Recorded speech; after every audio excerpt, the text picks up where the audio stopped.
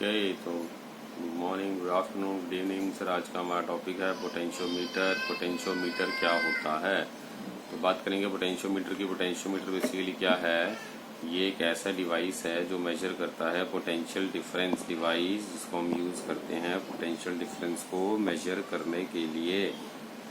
अब बात आती है पोटेंशियोमीटर जो है ज़्यादा एक्यूरेट है वोल्टमीटर से। वोल्टमीटर जो है स्मॉल रीडिंग्स को यूज़ करने के लिए यूज़ किया जाता है, बट पोटेंशियोमीटर जो है वो लार्ज रीडिंग्स को यूज़ करने के लिए, मेजर करने के लिए यूज़ किया जाता है। तो potentiometer basically potential difference measure करता है, ज़्यादा एक्यूरेट वैल्यूज देता है as compared to voltmeter.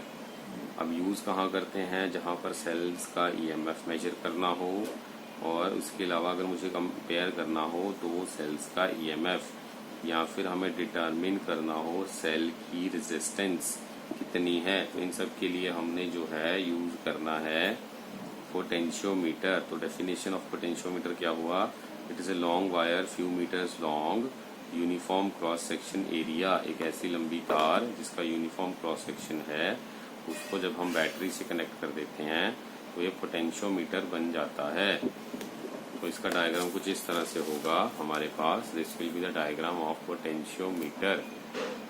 1 minute, okay, visible, yes. This is the diagram of potentiometer. तो डायग्राम में क्या दिखा रखा है, एक हमारे पास लॉन्ग वायर को बैटरी के साथ कनेक्ट कर दिया, तो this is treated as potentiometer. यहाँ पर V टर्मिनल है, यहाँ पर लोअर टर्मिनल 0 मान रहे हैं, तो V travels two point B, 0 travels two point O। मान लेते हैं अगर वायर है AB जिसका यूनिफॉर्म क्रॉस सेक्शन है, उसका लेंथ L है, इसको मैंने कनेक्ट कर दिया बैटरीज के साथ। पोटेंशियल V और 0 A और B पॉइंट पे आपको दिखा रखे हैं। B पे V है, A पर 0 है। अगर मान लीजिए वायर का यूनिफॉर्म क्रॉस सेक्शन है, दैट इज उसकी जो रेजिस्टिविटी है वो सेम है हर जगह, तो ये मूव करेगा लेंथ L के अक्रॉस A से B की तरफ चलते हुए, तो पोटेंशियल ड्रॉप जो होगा वो V हो जाएगा। अब अगर मैं इस पे यूनिटरी मेथड लगाऊंगा तो L लेंथ के लिए पोटेंशियल ड्रॉप होगा V, यूनिट लेंथ के लिए पोटेंशियल ड्रॉप होगा, यहाँ पर कोई यूनिट लेंथ के लिए पोटेंशियल ड्रॉप होगा V बाय L। अगर X लेंथ के लिए पोटेंशियल है V बाय L, तो X लेंथ के लिए पोटेंशियल हो जाएगा V by L into X। तो अब इस कॉन्सेप्ट से अगर मैं चलूँ तो बाय दिस कॉन्सेप्ट हम इस कॉन्सेप्ट को बोलेंगे पोटेंशियल ग्रेडियंट। पोटेंशियल ग्रेडियंट क्या है कि हमारे पास पोटेंशियल जो है ड्रॉप हो रहा है as we are moving from point A to B, potential is decreasing. तो अगर पोटेंशियल डिक्रीज कर रहा है तो इसको नाम दिया गया पोटेंशियल ग्रेडियंट। तो पोटेंशियल ग्रेडियंट क्या हुआ कि वायर के एक टर्मिनल से दूसरी टर्मिनल की तरफ चलते हुए कितना पोटेंशियल यूनिट लेंथ के हिसाब से कम हो रहा है, तो इसको पोटेंशियल ग्रेडियंट बोलते हैं। पोटेंशियल ग्रेडियंट जो होता है इसका सिंबल हमने ले लिया K equals to V by L।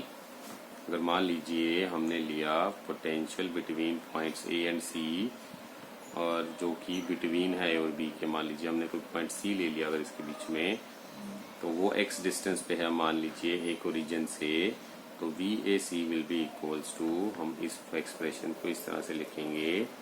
So for that case VAC will be equals to V by L into X। That means as V by L अगर मैं उसकी जगह K लिख दूँ तो VAC will be equals to K into X। तो हमारे पास इसका फॉर्मूला ये बन जाएगा। तो अगर मान लीजिए हमने लेंथ ऑफ वायर की लॉन्ग ले ली, तो हमें रीड्रॉ करना पड़ेगा सर्किट को, क्योंकि प्रैक्टिकल सर्किट्स ऐसे ही होते हैं जिनके अंदर length of wire actually long होती है। तो जिसके अंदर हमने क्या देखा, एक हमारे पास बैटरी है AB टर्मिनल्स, उसके लॉन्ग हमने एक वायर को लपेट दिया इस तरह से, जो कि एक थिक मेटालिक शीट है। इस मेटालिक शीट के अंदर हमने क्या दिखाया है कि कॉइल करके रखा हुआ है हमने वायर को। तो ये एक पोटेंशियोमीटर है जो काम करता है नल पॉइंट मेथड के प्रिंसिपल के ऊपर, मतलब ये जो मेजरमेंट्स करेगा वो एक्यूरेट मेजरमेंट्स करेगा। तो इस तरह से हमने जो बताया, this is going to B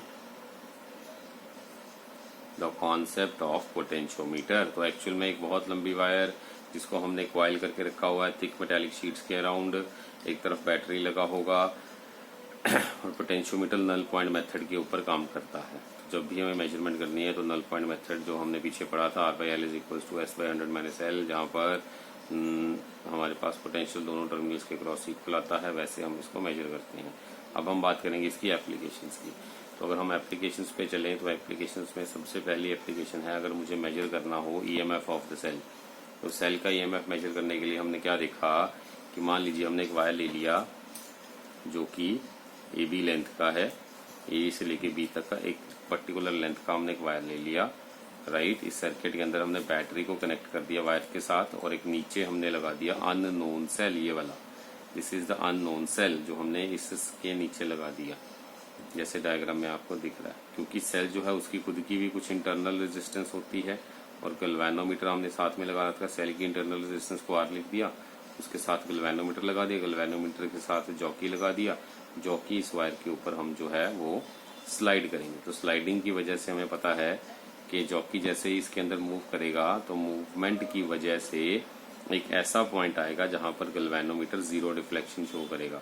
तो मान लीजिए वो कि x डिस्टेंस पर आया, अगर गैल्वेनोमीटर का मूवमेंट x डिस्टेंस के बाद 0 हो गया तो हम ये मानकर चलेंगे कि यहाँ से लेकर के यहाँ तक का जो पोटेंशियल अब 0 हो गया है, तो मतलब C और D के अंदर बिटवीन जो सेल है कनेक्ट करने के बाद गैल्वेनोमीटर के अंदर इस तरह से जॉकी ने सेट करके गैल्वेनोमीटर डिफ्लेक्शन 0 कर दिया, मतलब इस वक्त अब C और D से कोई भी करंट फ्लो नहीं कर रहा।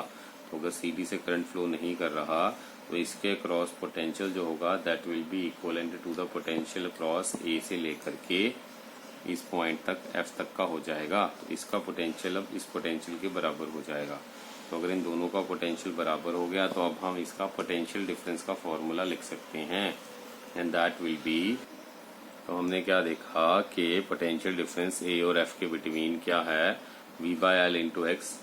सिमिलरली C और D टर्मिनल के बिटवीन पोटेंशियल जो हो जाएगा that is VXY, that is late us से E। तो दोनों इक्वेशंस को अगर मैं इक्वेट करूंगा, क्योंकि दोनों का पोटेंशियल तो सेम है, तो अगर पोटेंशियल सेम है तो दोनों की वैल्यूज भी इक्वल हो जाएंगी, that is V/L into x equals to E। तो V/L की जगह मैंने K लिख दिया, तो E की वैल्यू आ गई KX। तो इस तरह से हमने जो है इसका एक्सप्रेशन निकाल दिया कि अननोन EMF अगर मेरे पास है उसका कितना वैल्यू होगा, अननोन EMF की कितनी वैल्यू होगी, हमने यहाँ से ये निकाल दिया। अब इसके रिलेटेड कुछ इंपॉर्टेंट पॉइंट्स हैं। सबसे पहला इंपॉर्टेंट पॉइंट ये है कि हमारे पास कि पोलैरिटी बैटरी की जो है वो ऑपोजिट नहीं होनी चाहिए to the polarity of the cell, और दूसरा बैटरी का EMF जो है that has to be greater than the cell EMF। दो चीजें, पोलैरिटी बैटरी की और पोलैरिटी जो सेल साथ में लगा रहे हैं, दोनों की पोलैरिटी सेम होनी चाहिए। बैटरी जो है उसका जो EMF है और सेल जो है उसका EMF में अगर मैं कंपैरिजन करूं, बैटरी का EMF बड़ा होना चाहिए सेल के EMF से। Okay, so this is the actual diagram जिसके अंदर हमने जो है इस सर्किट को देखा कि हमारे पास एक बैटरी है, दो टर्मिनल्स हैं AB, और ये बाहर से एक्सटर्नल EMF के साथ लगे हुए हैं, इंटरनल रेजिस्टेंस है इसकी कुछ R, गैल्वेनोमीटर G से इसको कनेक्ट कर दिया। तो ये सर्किट डायग्राम हो गया, इस तरह से हमने इसको बना दिया। हमने क्या दिखाया, ये जॉकी है, गैल्वेनोमीटर है, ये EMF है सेल का जिसका हमने मेजरमेंट्स करने हैं, ये इंटरनल रेजिस्टेंस है उसका, इसको हमने कनेक्ट कर दिया terminals of the battery AB के टर्मिनल्स के क्रॉस। तो एक्चुअल सर्किट ये होता है। सिंप्लीफिकेशन के लिए हम जो पीछे पढ़ चुके हैं उस तरह से हम इसको ड्रॉ कर लेते हैं। तो hope it is understandable to you. Okay cool. तो इसके ऊपर बेस अब हमारे पास है एक क्वेश्चन। तो क्वेश्चन कुछ इस तरह से है कि मान लीजिए मेरे पास एक 20 वोल्ट का बैटरी है और यहाँ पर 10 मीटर लॉन्ग एक वायर है, ये 8 वोल्ट का मैंने एक बैटरी लगा दिया, 2 ओम रेजिस्टेंस और गैल्वेनोमीटर के साथ कनेक्ट कर दिया। इसको हमें फाइंड करना है X such that galvanometer shows 0 deflection, galvanometer 0 deflection show करे। हमें ये चीज जो है फाइंड करने की क्या वैल्यू होगी डिस्टेंस की कि गैल्वेनोमीटर 0 डिफ्लेक्शन शो करे। उसके लिए हमें फॉर्मूला पता है V/L into x is equal to E। ये हमें फॉर्मूला पीछे ड्राइव कर चुके हैं। हमारे पास V की वैल्यू यहाँ पर कितनी है, हमने पोटेंशियल यहाँ पर लगाया है 20 वोल्ट। तो V एक्चुअल V जो टर्मिनल बैटरी का होता है वो वाला लिया जाता है, और EMF की जगह पे हम ये वाला वैल्यू देते हैं 8। तो 20 बाई लेंथ, लेंथ कितना है 10, तो 20 by 10 is equals to 20 by 10 is equals to x into x. 20/10 is equal to into x is equal to 8, तो एक्स की वैल्यू आ जाएगी 4। तो एक्स की वैल्यू हमारे पास यहाँ पर 4 आ जाएगी। इसके बाद हमारा नेक्स्ट क्वेश्चन जो है ये 20 वोल्ट है, ये 10 मीटर लॉन्ग वायर है। अब यहाँ पर हमने 4 वोल्ट का एक सेल लगा दिया, इसके अक्रॉस 2 ओम का रेजिस्टेंस है। गेन हमसे पूछा जा रहा है find the value of x. अगर देखिए ऐसे एक्स की वैल्यू फाइंड करनी है जहाँ पर डिफ्लेक्शन 0 हो जाए, तो आपको जैसे क्वेश्चन में सिखाया था कि इसकी पोलैरिटी ये नेगेटिव टर्मिनल है, ये पॉजिटिव टर्मिनल है, और इसकी पोलैरिटी ये पॉजिटिव नेगेटिव है। तो ये क्वेश्चन के अंदर पोलैरिटीज क्योंकि डिफरेंट हैं, तो डिफरेंट पोलैरिटीज की होने की वजह से there is no possible solution to this question. इस क्वेश्चन के अंदर हम पॉसिबल सोल्यूशन नहीं निकाल सकते क्योंकि पोलैरिटीज उल्टी हैं। क्योंकि अगर पोलैरिटीज उल्टी हैं तो हमारे पास -4 वोल्ट, तो 0 से लेके 20 वोल्ट तक के जो रेंज है उसमें -4 वोल्ट जो है ये वैल्यू शो कर रही है। तो 0 से 20 के बीच में -4 वोल्ट नहीं आता। तो ये इसका रीजन है why the solution is not possible. तो होप आपको इसका आंसर क्लियर हो गया। हमारी अगली एप्लीकेशन है that is comparison of EMF of 2 cells. मान लीजिए हमने एक बैटरी ले लिया, बैटरी के साथ उसका लेंथ L ले लिया। ये वायर है जो हमारे पास A से लेकर के B तक का ये पोटेंशियोमीटर वायर है। इसको हमने कनेक्ट कर दिया हमारे रेजिस्टेंसेस के साथ। तो यहाँ पर स्विच लगे हुए हैं K1 K2, और इधर इसको बाहर हमने गैल्वेनोमीटर से कनेक्ट कर दिया। और ये जो R1 R2 है they are the internal resistances. हमने 2 सेल्स जो हमारे पास ये डायग्राम में लगे हुए हैं इनका ईएमएफ जो है कंपेयर करना है कि हमारे पास ईएमएफ इनकी रेशो क्या आ रही है। उसके लिए भी हम इसी कॉन्सेप्ट को यूज करेंगे। कैसे करेंगे कि हमने क्या करना है, मान लीजिए एक बैटरी जैसे हमने कनेक्ट कर दी इन टर्मिनल्स के क्रॉस, जिनका हम और इसके साथ हमने सेल्स कनेक्ट कर दिए गैल्वेनोमीटर के साथ इस तरह से। और यहाँ पर दोनों की तरफ साथ मैंने कीज लगा दी K1 एंड K2। तो मान लीजिए यहाँ पर K1 एंड K2 मैंने 2 कीज लगा दी और इसका इंटरनल रेजिस्टेंसेस R1 R2 आपको शो कर दिए। सबसे पहले हम क्या करेंगे, K1 की को क्लोज करेंगे और K2 को ओपन ही रखेंगे। तो अब ये जो है K1 क्लोज करने की वजह से ये सर्किट कंप्लीट हो जाएगा और ये सर्किट कंप्लीट नहीं होगा, तो this will become out of the circuit. तो यहाँ से इस कंडीशन से हमने क्या देखा कि फाइनल जो नल पॉइंट आएगा गैल्वेनोमीटर के ऊपर जो 0 डिफ्लेक्शन शो करने वाला, वो इसके वजह से आएगा। तो मान लीजिए इसकी एक पर्टिकुलर वैल्यू आ जाएगी L1 की वायर के ऊपर। L1 डिस्टेंस ट्रेवल करते करते एक पॉइंट आ गया जहां पर गैल्वेनोमीटर ने डिफ्लेक्शन 0 शो कर दिया।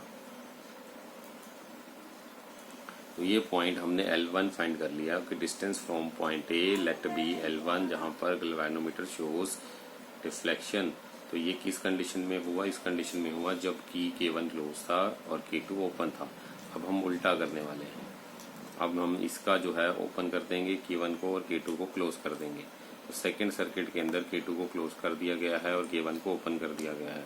तो अब हमारे पास मान लीजिए गैल्वेनोमीटर से हमने इसको रोल करते करते एक पॉइंट पे ले आए जहां पर मान लीजिए डिफ्लेक्शन जो है शो हो रहा है ट्रैवल करते करते डिफ्लेक्शन लेटर से वो आ गया L2 लेंथ के ऊपर। तो पहले वाले केस में जब K1 क्लोज था तो L1 लेंथ आया था, अब K2 क्लोज है K1 ओपन है तो मान लीजिए L2 लेंथ पे आ गया।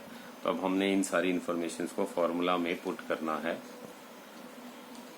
तो मान लीजिए हमने क्या करा, फॉर्मूला लगाने के लिए हमने सारी सेटअप्स को देख लिया। अब हमने फॉर्मूला लगाना है कि जब K1 क्लोज था तो फॉर्मूला क्या लगेगा, V/L into L1 is equals to E1 total voltage upon length into length of the wire जब वो गैल्वेनोमीटर ने 0 डिफ्लेक्शन शो किया, यानी कि K into L is equals to E। तो अब हमारे पास फर्स्ट केस में E1 है। सेकंड केस में जब हमने K2 को क्लोज किया तो K2 को क्लोज करने के बाद लेंथ कितनी है L2, तो L2 will be V/L into L2 is equals to E2। तो E1/E2 is equals to V/L into L1 multiplied by V/L into L2। V/L cancel हो जाएंगे, E1/E2 is equals to L1/L2। मतलब directly EMF जो है length की ratio के ऊपर dependent होता है। इस तरह से हम EMF ऑफ द सेल्स जो है फाइंड कर सकते हैं। अगर एक सेल का EMF पता है और लेंथ पता है दोनों की, तो दूसरे सेल का EMF निकाला जा सकता है। यहाँ तीनों में से कोई भी, चारों में से कोई भी 3 चीजें दे रखी हो, चौथी निकालनी हो तो वी कैन फाइंड।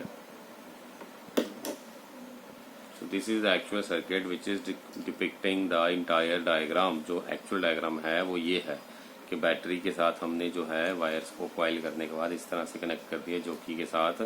तो हमारे पास आफ्टर कनेक्टिंग दम हमने क्या ऑब्जर्व करा कि हमारे पास जो E1 E2 दोनों के EMF थे R1 R2 K1 K2 keys लगे हुए हैं गैल्वेनोमीटर के साथ वायर के ऊपर हम जॉकी को ट्रैवल करा रहे हैं इस तरह से। तो ये तो था हमारे पास अगर किसी सेल के EMF को कंपेयर करना हो। Moving to the next application that is अगर हमें डिटरमिन करना हो internal resistance of the cell. तो इंटरनल रेजिस्टेंस कैसे फाइंड करते हैं उसके लिए हमने डायग्राम में बना दिया। जैसे कि मान लीजिए एक सर्किट है मेरे पास, इसकी वायर है, उसकी लेंथ L है, बैटरी के साथ इसको कनेक्ट कर दिया और नीचे हमने क्या करा, एक सेल लगा दिया जिसका रेजिस्टेंस इंटरनल रेजिस्टेंस R है और दूसरा एक रेजिस्टेंस बॉक्स लगा रखा है। यहाँ पर ये बॉक्स लगा हुआ है, उसके साथ एक की लगा हुआ है और बाहर सारा सर्किट जो है एक जॉकी के साथ हमने लगा दिया और इसको हमने अटैच कर दिया वायर के साथ। तो सर्किट के अंदर हमने क्या देखा, जब हम ऐड करेंगे की को, तो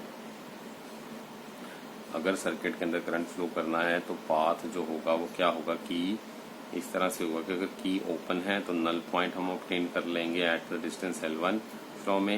दैट मीन्स अगर हमने ये बोला कि सर्किट को हमने ऐड कर दिया, एक की लगा दिया साथ में जो हमें बता रहा है कि whether to flow the current in the circuit और नॉट, या पाथ क्लोज्ड है या नहीं। तो की अगर ओपन होगा तो नल पॉइंट ऑब्टेन होगा। लेट अस से अगर ये की ओपन है तो इसके ओपन होने से ही रेजिस्टेंस जो है ये काम नहीं करेगा।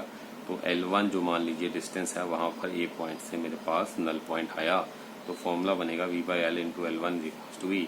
सेकंड क्या है, की को क्लोज करना। तो जैसे ही की को क्लोज करा तो मान लीजिए L2 डिस्टेंस पे आया मेरे पास, तो L2 डिस्टेंस पे आया तो इसका मतलब क्या होया, L2 will be equals to what, तो L2 will be equals to 1 minute, तो L2 will be equals to ये बैटरी दोनों टर्मिनल्स A B टर्मिनल्स, यहाँ पर हमने L इसको कनेक्ट करने के बाद अगर मान लीजिए R रेजिस्टेंस कनेक्ट कर दिया, अब I करंट फ्लो करेगा मान लीजिए सर्किट में, तो मैंने डायग्राम में बना रखा है करंट I क्लॉकवाइज डायरेक्शन में फ्लो कर रहा है। तो जैसे ही हम इसको जॉकी को मूव करेंगे तो गैल्वेनोमीटर के अंदर एक पॉइंट के ऊपर लेटर से करंट आ जाएगा 0। की को क्लोज करने से करंट जो फ्लो कर रहा है इंटरनल सर्किट के अंदर, ये वाला इंटरनल सर्किट, मान लीजिए कोई भी करंट क्योंकि बाहर फ्लो कर नहीं रहा क्योंकि जॉकी की रीडिंग तो 0 आ चुकी है, तो अगर 0 रीडिंग है, no current is flowing outside, only इस लूप के अंदर ही अगर करंट फ्लो कर रहा है तो लूप करंट की वजह से टोटल अगर हमने यहाँ पर निकालना है EMF तो उसके लिए हमें यूज करना पड़ेगा किरचॉफ्स लॉ। तो किरचॉफ्स लॉ यूज करने के लिए इस सर्किट को मैंने रीड्रॉ कर दिया। यहाँ पर ये था EMF, यहाँ पर ये रेजिस्टेंस ये रहा R। किरचॉफ्स लॉ अगर इस पाथ पे लगाएंगे फ्रॉम C to D, अगर मैं जा रहा हूँ तो किरचॉफ्स लॉ लगाऊंगा तो यहाँ पर क्या बन जाएगा Kirchhoff's law, it says E in -IR is equals to 0 और E is equals to IR। यहाँ से ये निकल के आ गया। अब लेकिन सर्किट के अंदर तो ये वाला रेजिस्टेंस भी है, अगर सर्किट में ये वाला रेजिस्टेंस भी है तो इसकी वैल्यू भी साथ में लेनी पड़ेगी क्योंकि ये इसके साथ सीरीज में है, तो R+R टोटल रेजिस्टेंस हो जाएगा। तो करंट की वैल्यू आ जाएगी I की E/R+R। तो अब हमने पोटेंशियल C और D के बीच में E-R निकाल दिया, I की वैल्यू E/R+R हमने पुट कर दिया इसमें। तो हमने पोटेंशियोमीटर फॉर्मूला लगाने के बाद हमारे पास फाइनल एक्सप्रेशन जो आएगा that will be V/L × L2 is equals to E-IR। तो सारी वैल्यूज को पुट करने के बाद V/L × L2 is equals to E-I की जगह हम क्या पुट कर देंगे, E/R+R × R। तो इस एक्सप्रेशन को अब हम सॉल्व करेंगे। तो इस एक्सप्रेशन को सॉल्व करने के लिए हमने क्या देखा, एक्सप्रेशन को सॉल्व करने के लिए हमने V/L × L2 is equals to E × 1 - R/R+R। तो V/L मेरे पास क्या आ जाएगा, × L2 that will be equals to this. इसको मैंने LCM से सॉल्व कर दिया। सॉल्व करने के बाद ये एक्सप्रेशन आ गया। यहाँ पर आप देख पा रहे हो R और R कैंसिल हो जाएंगे। अगर मुझे डिवाइड करना है E को, that is as we know E is equals to V/L × L1 and by E × R/R+R that is equals to V/L × L2। दोनों को मैंने डिवाइड कर दिया। डिवाइड करने के बाद मैंने क्या देखा, V/L कैंसिल्स, तो R+R/R is equals to L1/L2। तो R/R+R/1 कैपिटल R, यहाँ पर मैं क्या देख रहा हूँ, R को इंडिविजुअल वैल्यू से डिवाइड कर दिया तो R/R 1 आ जाएगा, R/R ये आ जाएगा that is equals to L1/L2। तो ये उधर चला गया, R/R is equals to L1/L2 -1, ये R ऊपर चला गया। तो L1 by L2 minus 1 is equal to R। तो इस तरह से हम जो है रेजिस्टेंस जो है उसका वैल्यू फाइंड कर सकते हैं if we have length and the external resistance given to us.